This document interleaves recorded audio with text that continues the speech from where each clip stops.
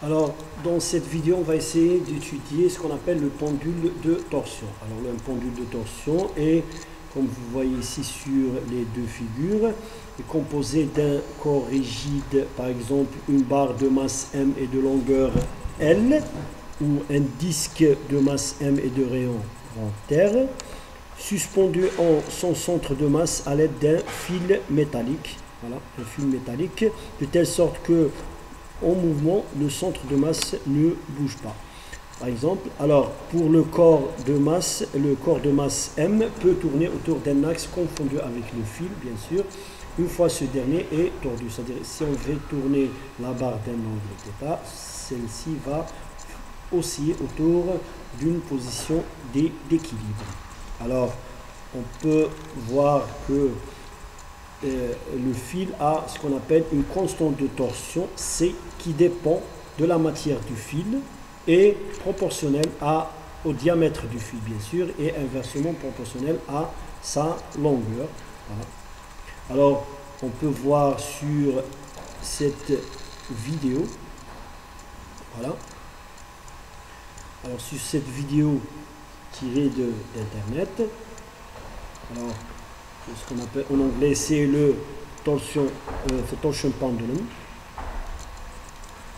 Alors, comme vous voyez, c'est un fil, voilà, avec un disque qui est attaché en son centre de masse.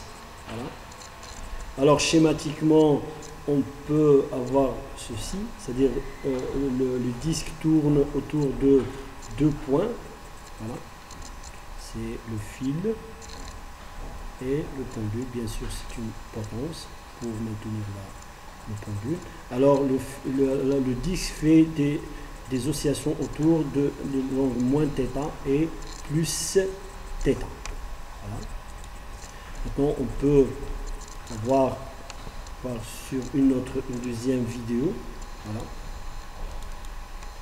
Par exemple, on a le fil de torsion et on a la barre qui fait des oscillations dans le plan horizontal autour d'une position d'équilibre. C'est-à-dire que ici c'est la déviation de la barre par rapport à une ligne de référence mesurée en θ. Voilà. Alors, on peut voir par exemple, voilà, sur une vidéo plus intéressante. Voilà. Alors ici on nous montre deux types de pendules. C'est le pendule simple avec un fil et qui n'est pas métallique et une masse et qui fait des oscillations dans le plan. Alors l'oscillation est représentée par la déviation du fil par rapport à la verticale. Voilà. Maintenant, on a ce qu'on appelle un pendule de torsion. C'est le fil et un disque qu'on peut le faire tourner dans le plan, le dévier par rapport à une position d'équilibre. En le lâchant, il va faire des oscillations autour de sa position d'équilibre. Bien sûr, le fil a une certaine constante de torsion. Voilà. Maintenant, on peut voir, c'est-à-dire pour faire la différence entre les deux mouvements, c'est-à-dire le manipulateur, il va nous montrer le fonctionnement des deux pendules. Voilà. Alors, ce pendule fait des oscillations dans un plan vertical, alors que ce pendule fait des oscillations dans le plan horizontal. Voilà. Alors, maintenant, on a un autre exemple de pendule, de torsion, c'est ce qu'on appelle le pendule de Paul, P-O-H-L, constitué d'un disque de rotation autour de son centre et d'un ressort spiral qui exerce un couple mécanique qui tend à ramener le disque vers sa position d'équilibre. Alors on peut le voir sur cette vidéo. Voilà.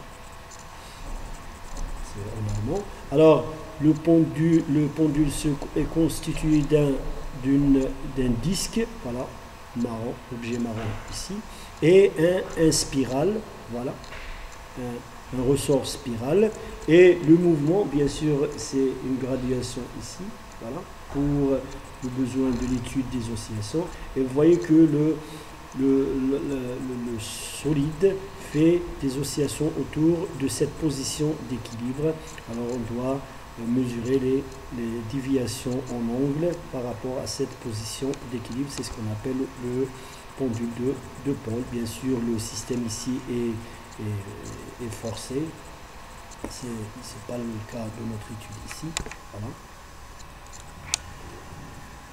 Maintenant, pour le besoin de notre étude, alors on prend l'exemple d'une barre de longueur L et attachée à un fil métallique de constante de raideur C qui fait des oscillations autour de l'axe, par exemple, delta. Alors, pour maintenir par exemple la barre dans une position hors d'équilibre à un angle θ, par exemple l'équilibre est à θ égale à 0, on doit appliquer à l'aide par exemple d'un dynamomètre une force pour maintenir cette barre en cette position. Alors pour la maintenir dans cette position, on doit faire en sorte de contrebalancer une force créée dans la tige et qui est dans le fil et qui tend à ramener la barre en sa position d'équilibre. Alors bien sûr ici, puisque on a affaire à une rotation, on parle plutôt de moment de force, de couple, puisque la barre fait une rotation. Voilà, c'est plutôt un couple de force de rappel. Alors pour bien comprendre ce phénomène, on peut faire l'analogie avec un ressort attaché à une masse, c'est-à-dire qui, une fois écartée, c'est-à-dire cette masse écartée de sa position d'équilibre, il va y avoir une force de rappel qui se crée dans le ressort et qui tend à ramener cette masse, c'est-à-dire de la rappeler à sa position d'équilibre. C'est le cas, c'est la même situation, sauf que ici on parle de moment de rappel et non pas de force de rappel ou de couple de rappel. Voilà. Alors la quantité qui nous intéresse ici est donc le couple de rappel appliqué par le fil métallique sur la barre pour la ramener à sa position d'équilibre. On va la mettre en gamma R. Voilà, c'est un couple de rappel, voilà, qui a tendance à chaque fois qu'on dévie la barre de sa position d'équilibre à ramener la barre à sa position d'équilibre.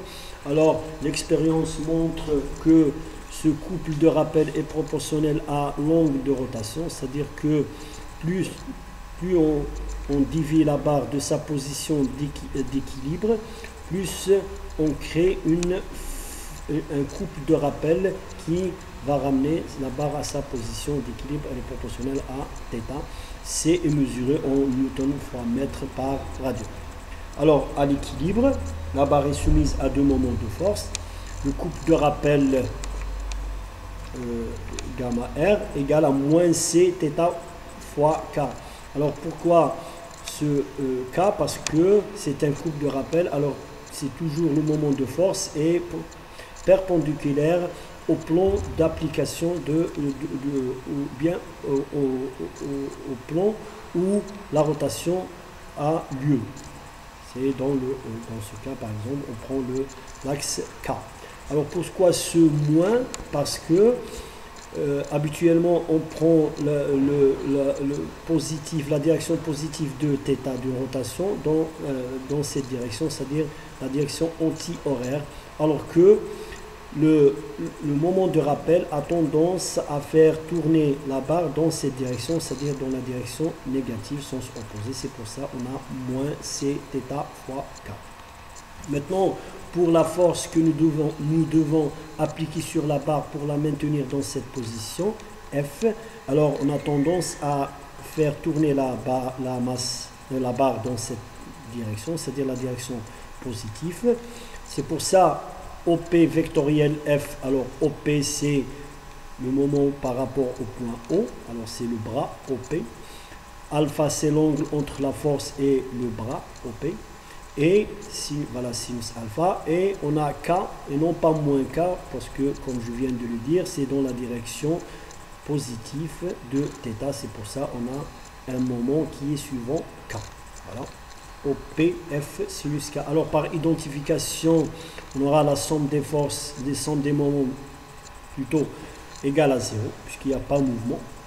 Alors les deux forces qui agissent sur la barre sont le couple de rappel et le moment de la force que nous avons appliqué égale à 0. Alors par identification, puisque c'est moins k et k, alors on aura OPF sinus alpha. OP c'est la distance entre le point de rotation et le point d'application de la force. Sinus alpha c'est bien sûr c'est l'angle entre le OP et F égale à 0. Moins c'est θ égale à 0. Alors de cette expression, on tire le module de la force qu'on doit appliquer sur la barre pour la maintenir dans à une position hors équilibre d'un angle θ. Voilà. Alors c'est C θ sur OP sinus alpha. Voilà.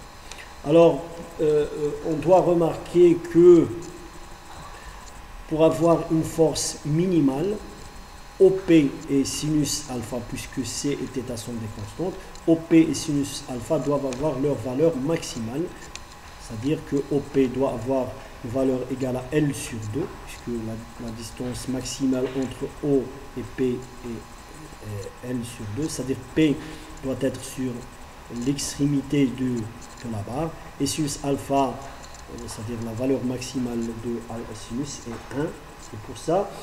F min égale à 2L sinus C θ. Alors, qu'est-ce que cela veut dire? Cela veut dire que on peut avoir la situation où la barre est divisée d'un angle θ par une infinité de positions de la force par rapport à la barre, mais il y a une seule position où la force qu'on doit appliquer est minimale, et c'est celle où la force appliquée soit perpendiculaire à la barre et appliquée à l'extrémité de P. Comme ça, on n'a besoin que d'une force minimale pour avoir la barre déviée de sa position d'équilibre d'un angle θ. Voilà. Maintenant, si on écarte la barre de sa position d'équilibre et qu'on la lâche sans vitesse initiale, c'est-à-dire c'est l'étude dynamique, alors on applique bien sûr le théorème du moment cinétique, c'est-à-dire la somme des moments des forces appliquées sur la barre égale à la variation dans le temps du moment cinétique de la barre par rapport à l'axe de rotation delta, par exemple.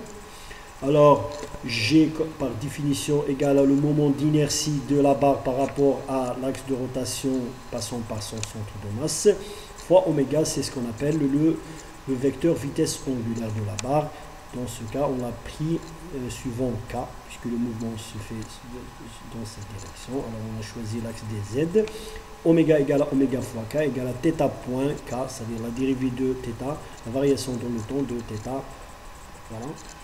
Alors, puisque dans ce cas, on suppose que les forces de frottement n'existent pas ou sont négligeables, alors le seul moment de force qui agit sur la barre quand elle est écartée de sa position d'équilibre et qui doit la ramener à sa position d'équilibre, c'est bien le moment de rappel ou le couple de rappel dû au fil de torsion. Voilà, couple de rappel qui tente de ramener la barre à sa position d'équilibre dû au fil de torsion, moins C, θ, K. Alors, j'ai déjà expliqué pourquoi on a pris moins et K. Voilà. Alors, la variation de G par rapport à temps égale à I d oméga sur dt, puisque I ne dépend pas du temps, égale à I θ de point K. Alors, θ de point, c'est ce qu'on appelle l'accélération angulaire. Voilà. Alors, on tombe sur l'équation différentielle moins c θ égale à i sur θ de point, ou encore sous sa forme standard, θ de point plus c sur i, θ égale à 0. Alors, c'est la solution elle est bien connue, on peut se mettre sous ces formes, θ égale à a cosinus oméga 0 t plus phi, avec a et phi sont des constantes à définir par les conditions initiales. avec oméga 0 égale racine de C sur I, c'est ce qu'on appelle la pulsation propre du mouvement, c'est-à-dire la barre va se mettre à osciller à une pulsation oméga 0. Et la période du mouvement, bien sûr, T0 égale à 2pi sur oméga 0 égale à 2pi racine de I sur C. Voilà. Alors on peut continuer dans l'analogie entre un système simple masse-ressort et ce pendule de torsion. En constatant que l'équation du mouvement de ce système égale à mx de point égale moins kx, alors que pour le pendule de torsion, on a i θ de point égale à moins c θ. Alors, on voit bien qu'il y a une ressemblance entre ces deux équations différentielles, bien qu'elles représentent deux physiques différentes. Voilà. Alors, on peut tirer de là une certaine analogie, c'est que pour une translation, on utilise la masse, alors que pour une rotation, on utilise le moment d'inertie. Alors, pour la translation, on a la distance parcourue sur une ligne droite, alors que pour une rotation, c'est l'angle θ de déviation par rapport à l'équilibre. Maintenant, pour un ressort, la constante de raideur, c'est K. C'est le ressort qui est responsable de la force de rappel, K. Alors que pour le pendule de torsion, c'est le fil de torsion qui est responsable du moment de rappel, c'est K, est équivalent à C, constante de torsion. Alors, maintenant, on connaît tous l'énergie cinétique de translation d'une masse qui est égale à 1/2 de mx point au carré. Alors, en utilisant ces analogies, on peut écrire l'énergie cinétique de rotation de la barre qui peut se mettre sous cette forme 1/2 de I θ point au carré. Maintenant, pour l'énergie potentielle élastique du ressort qui est égale à 1/2 de kx au carré, alors toujours en utilisant les analogies ici, on peut écrire l'expression de l'énergie potentielle de torsion qui est égale d'une barre qui est égale 1/2 de c θ au carré. Merci.